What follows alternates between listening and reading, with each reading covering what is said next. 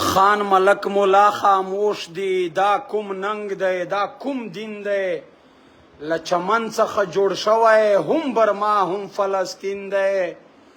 او د کشمیر په ننګ د ډېرې چغې وکړلې پښتونه. نن د وار دی ستا سکه ورور په سرو وینو کې رنګین دی. سلامونه ملګرو، تاسو ته پته ده چې له اوو نیمو میاشتو راهیسې په چمن کې پرلت روان دی چې د هغو دا غوښتنې دي چې موږ په ډیورنډ کرښه ویزا او پاسپورټ نه منو. دا خو موږ واضح وایو، صرف ویزا پاسپورټ خو څه چې موږ ته بیخي دا ډیورنډ کرښه د منلو نه ده.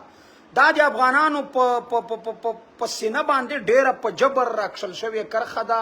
دا هیڅ پښتون هیڅ افغان ته د منلو وړ نه ده. اوس په زما خولې ته کشمیر راځي ځکه چې پښتانه یې ډېر یادوي. د کشمیر په غم خو موږ بیا ډېر سخت غمجن کېږو. خو اوس بدبختي دا ده چې په چمن کې مسلسل د پرون راهیسې یو قسم توده جګړه روانه ده. پرون هم کسان پکې زخمیان وو، نن هم کسان پکې زخمیان او شهیدان دي. 25 زخمیان لري دا وخت چمن، 25 زخمیان لري، صرف شهیدان لري چمن. اوس دا دی د کوژک په غره کې هم جګړه روانه ده. د ایپسي د خوا مکمل سټیټ مخامخ فایرنګ د چمن په ولسونو روان دی. او دا مسله د لر او بر افغان وطن ده، د لر او بر افغانانو شریکه مسله ده. زه د بر وطن حکومت ته هم وایم چې ګورئ تاسې زما بیت دی چې بیا د په سر د فلسطین کشمیر پیغور واخله، پښتونه تا ول د خپلو وینو پور واخله. بیا زه منمه چې تا روس او امریکا مات کړي، ته د نر زوی شه، یو ځل غچ خو د لاهور واخله. نو تاسو اوس د نر زامن شئ، دومره خو ووایئ د پنجابي استعمار ته چې د چمن د ولس سره مو دا کومه لوبه شروع کړې ده. ولې تاسې افغانان نه یئ؟ تاسې د دې وطن دا واګیر نه یئ؟ دا مسله د لر او بر وطن شریکه مسله ده او که نه ده؟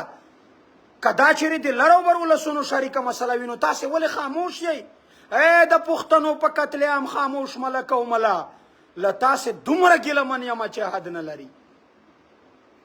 زه سیاسي پارټیانو ته وایم دا چې ټول عمر د ملت پالنې په نوم، د پښتون پالۍ په نوم سیاست کوئ، تاسې دا ټول عمر د لر او بر یو افغان چغې وایئ، دا ټول عمر د پښتنو نه د امن و امان او د پرمختګ په نوم ووټ غواړئ. د چمن د خلکو سره څه روان دي؟ په کشمیر کې خو یا پټاخه نه وي خلاصه چې تاسو بیرغونه په اوږو پورته تیر کړي وي. په فلسطین او په برما کې ټک نه وي شوی چې ملایان، ملکان، خانان او د سیاسي پارټۍ مشران راووځي بیرغونه یې پورته نیولي وي. ولې دا د چمن خلک انسانان نه دي؟ دا مسلمانان نه دي؟ آیا دوی خوږېږي نه؟ دوی دردېږي نه؟ د دوی وینه نه ده؟ د دوی غوښتنې نه دي؟ ولې د چمن په حالات خاموش یئ؟ په کار نه ده چې د کشمیریانو غوندې ننګ خو کم از کم وکړو. د کشمیر د کمیټې مشر راولاړېږي وایي یې کوئی بلوچستان اور وزیرستان نه یې. دا ټول عمر موږ دا غول سره خوړل چې دا کشمیریان زموږ پلارونو نیکونو آزاد کړي دي. نه هغه کشمیریان راولاړ دي او پنجابي استعمار ته په ډېر ویاړ وایي چې دا څه وزیرستان نه دی نه بلوچستان دی. وایي سر د خلاص که دا کشمیر دی. په کشمیر کې د یو شهید په سر ټولې مطالبې ومنل شوې، یو شهید یې ورکړه، ټولې غوښتنې یې ومنلې. ولې؟ چې کشمیریان په پیکوړو په ځلوبو نه دي مست، هغه د ووټ په سر د پنجابي استعمار غلامي نه کوي. زما مشر خو په دې خاموش ده چې بیا به سبا منیسټري نه راکوي، سبا به چوکۍ نه راکوي، په پارلمان کې به ځای نه راکوي. بیا ګیلې کوي چې دا ماشومان دي او ځوانان هلکان دي او دوی د مشرانو. ته په کومه بده ورځ د کام په شمر راغلی چې په کام بده ورځ د تا کله په کام نن کړی تی ماته راوښیه. ځه مشره کام پرسته کشران ځکه تر تا مخکې شول، تا د کام د درد کیسه ژوله دوی ښکاره وکړه. وار چې زما راشي لکه مار به یې ګنډم شونډې، چا مې چې د پیغلې په وربل پورې خندا وکړه. ته ملا صاحب هر وخت نمرود او فرعون ابو جغل یادوي، وایي زه منم چې په فرعون ابو جغل کیسه پکار ده، خو ملا لږ په میجر جرنل کرنل کیسه پکار ده. او چې هر وخت د پردیو ممبران اتلان په ممبر ستایې، لږ د خپلې خړې خاورې په اتل کیسه پکار ده. دا ګیلې خو موږ بیخي نه کوو چې د پنجاب ملا طارق جمیل راولاړ شي، وایي چې قاید اعظم مې په خوب ولیدو چې ګوتې یې را په خوله کړې چې د خوبه راولاړ شوم هم مې خوله خوږه وه. هغه د خپل قائد اعظم دومره په ویاړ دفاع کوي. تر نن تاریخه پورې تاسو له ملایانو د شاه غازي امان الله خان صفت واورېدو؟ د حاجي میرزا علي خان صفت مو واورېدو؟ د خپلې خاورې د بل اتل مشر صفت مو له دې ملایانو واورېدو؟ دا چې وای دا د دین اسلام نه، دین اسلام د ملا خو په ټیکا نه دی، دا خو د ټولو شریک دین دی. زه له ده ګیله ولې کوم؟ زه چې احتجاج را جوړوم، جلسه را جوړوم، دوې درې میاشتې کمپین ورته کوم. زما د کام وطن ملا ته د جمعې په ورځ په فری کې په سلګونو زرګونو انسانان کښېني. ولې دا په پښتون وطن بده ورځ ده؟ نن د چمن ولسونه په خپلو وینو لمبېدلي دي. د یو ملا سټیټمنټ مې نه ولیدی، د یو ملا مې حتی مزمتي بیان نه ولیدی. د کام سیاسي مشران رهبران چوپ دي. ولې؟ د چمن خلک نه یې وینې که په کس کوي شیطانه منافقه، زه مړه کېږم او ته چوپ یې مسلمانه منافقه. زه انسان نه یم که ستا پر بشري حقوق کې فرق دی، بل انسان ګڼې ما نه ګڼې انسانه منافقه. ولې د چمن په ولسونو په دا درد غم خاموشي ده؟ هلته انټرنیټ بند دی، په ټول چمن کې سیګنل او انټرنیټ بند دي. ځای په ځای زما سره ملګري رابطې کوي چې ځای په ځای جګړه روانه ده، د ایف سی لخوا مخامخ فایرنګ په خلکو روان. تر هغه وخته یې 25 زخمیان درلودل، اوس خدای خبر چې څومره به وي. ولې خاموش دي پښتانه؟ د کشمیریانو په رقم ننګ هم نشئ کولی. په دا پښتون وطن څومره بده ورځ روانه ده.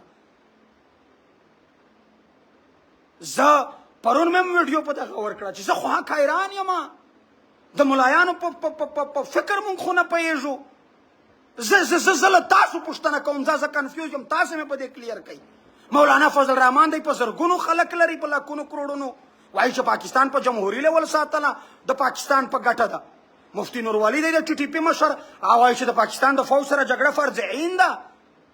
مفتی تقي عثماني وایي چې د ایشیا په لیول پوه دی، په زرګونو لکونو مینوال لري. هغه وایي چې د پاکستان فوج د اسلام مجاهدین دي. دا گواهی د قیامت په ورځ ورکوم. مولانا شیرانی وایي چې پاکستان د دنیا په چوک کې ناست کړی آکاش قاتل دی. زمونږ د شمالي وزیرستان د هغه مشر طالبانو حافظ ګل بهادر، هغه هم جګړه ورسره روانه کړې. د پاکستان د فوج خپل مشر حافظ قاسم منیر دی. دا ټول د یوه خدای د یوې کلمې د یوه دین منونکي دي. دعوا کوي چې موږ مسلمانان یو، او په خپل منځ کې په یوه داسې جګړه بوخت دي چې زما د وزیرستان ماشومان، ځوانان، سپین ږیري، تورسرې هره ورځ به عزته کېږي، هم په چک پوسټونو، هم په ټارګټ کیلینګ، هم په بارودي سورنګونو. داسې ملا مو ولیدی چې دا وضاحت وکړي تر اوسه چې دا جګړه چې په دا پښتون وطن روانه ده، څوک د ګوټ په نوم مري، څوک د بیټ په نوم مري، څوک د جاسوس په نوم مري، څوک د تراګر په نوم مري. تاسو واورېدل چې ملایانو دا وضاحت ورکړی وي؟ نه، ملا به په منبر په دې لګیا وي چې زکات فرض دی، حج په دې مونږ پوهېږو. ملا ته د نبي علیه السلام په وراثت ماته ناست یې، حقه خبره وکړه. ما قرآن په 7 ځله نه ډېر په تفسیر په ترجمه اوس میاشت مخکې ویلی دی. په قرآن په تفسیر کې واضح دا راغلی دي. یو خو دومره زنګونه راځي، دا واضح راغلی دي. وای خو زنګ مه وایه که وینې مې خدای ته وګوره چې زنګونه مه وایئ. واضح ډول باندې راغلی دي چې مولا به کله هم حقه وینا نه پټوي. دا د دین او د اسلام سره تر ټولو ستر خیانت دی. اوس زه تپوس کوم چې په چمن کې دا څو ورځې 9 میاشتې انسانان ناست دي، اختر په پرلات، روژه په پرلات، نوی کال په پرلات، هره شپه ده په پرلات. په ځای د دې چې حکومت یې په 9 میاشتو کې مطالبې ومني، مخامخ فایرنګ پرې روان دی. کسان یې شهیدان کړل، کسان یې زخمیان کړل. قسم په خدای ما خو یو ملا نه ولیدی چې زه ګیله درنه کوم، حق مې دی سړیه. دستي ته په دې مه راځه چې ته ما ته وایې چې دا د ملا او د اسلام خلاف. د اسلام ستا نه دی ماضي، ما سره مینه ده او یا میندونه زیاته لري، یوازې ستا نه دی، زما پروردګار هم دی. سر دې په خلاص شو.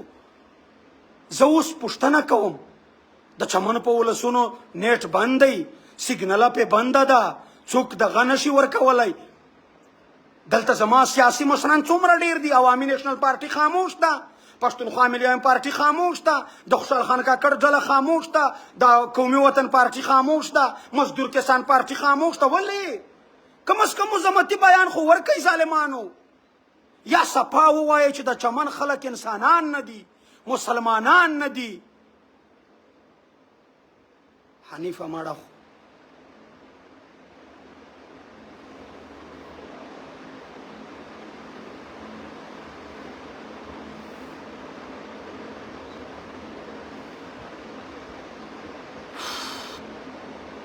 زما په نیټ کې ستونزه د ملګرو ډیر وبخښئ په ساده نمبر زنګونه راځي قسم پر رب چې د چمن په حال مې دا زړه ټوټه ټوټه دی ته وګوره خلک چې په خړو خاورو کې لت پت پراته دي تک سره د ځان په وینو دومره څوک نشته چې په زخمونو یې عمل هم کښېږدي زه به ګیلې نه کوم د کام د ملا د ملک د مخور د مشر نه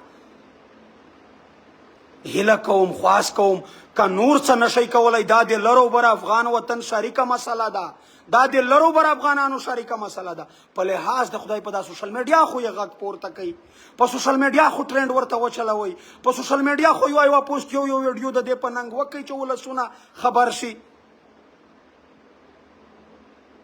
که تاسو نور نشئ کولی د ننګ میدان ته ځانونه نشئ ور رسولی دومره خو کولی شئ چې شور جوړ کئ د مزاحمت دا پړاو دی چې شور خو جوړ کو نور قسم دی د چمن ولسونه چې په پښتانه کام غږ وکي والله په بل احوال به تر ټولو سخت مورچاو تر ټولو سخت سنگر ته به ځان رسوم دا مې در سره وعده ده چې نن هم د چمن ولسونه غږ وکي چې زموږ په پښتون کام باندې غږ دی چې دوی ټول ځان په والله په بل که د چړو په څوکو لار وي ځان به ورسوم داسې په هر پښتون فرض او قرض ده موږ د فلسطین د پاره په مځکه مځکه لګېږو د برما د پاره په مځکه مځکه لګېږو د کشمیر د فلسطین غم هر وخت په سر اخیستی وي خو نن چې په پښتنو جنګ روان دی د پښتنو وینې تویېږي په روډونو په سړکونو باندې نن ټول پښتانه خاموش دي ولې په تنخوا پورې یارېږي نوکري یې درکړې ده په هغه بیرېږي له مرګه بیرېږي مرګ په خدای که بیا جلا راځي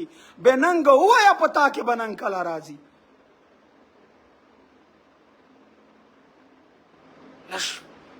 لږ د خدای په لحاظ پورته شئ لږ اواز پورته کوي د چمن په روان ظلم باندې لږ غږ پورته کوي په سوشل میډیا خو غږ پورته کوي که نور نشئ کولی له پردو څنګه ګیلې وکړو په ظلمونو باندې چې خپل مو مالګې دوړوي په پرهارونو باندې او کراویش نشوئ نو دا واورئ را روان نسل به قسم په خدای لیاړې در توکي په قبرونو باندې په کوم مخ به تاسې بېګا خپلو ښځو ته خپلو اولادونو ته درانه ناست وئ چې زه پښتون یم او زه داسې پیاوړی یم هلته په چمن کې دې په ولسونو سرې وینې روان ډېر زیات وبخښئ ملګرو چې په احساساتو کې سړی راشي نو دا زړونه مو درد کوي کاش چې یا پوهېدلی نه یا مو په مسله سر نه وای خلاص او یا دومره بېوسه نه وای وای ما وژړل ما چیغې کړې خو زړه هغسې ډک دی خاوند د بېوسي ده وای خو دومره ډېره نه سخت بېوسه یو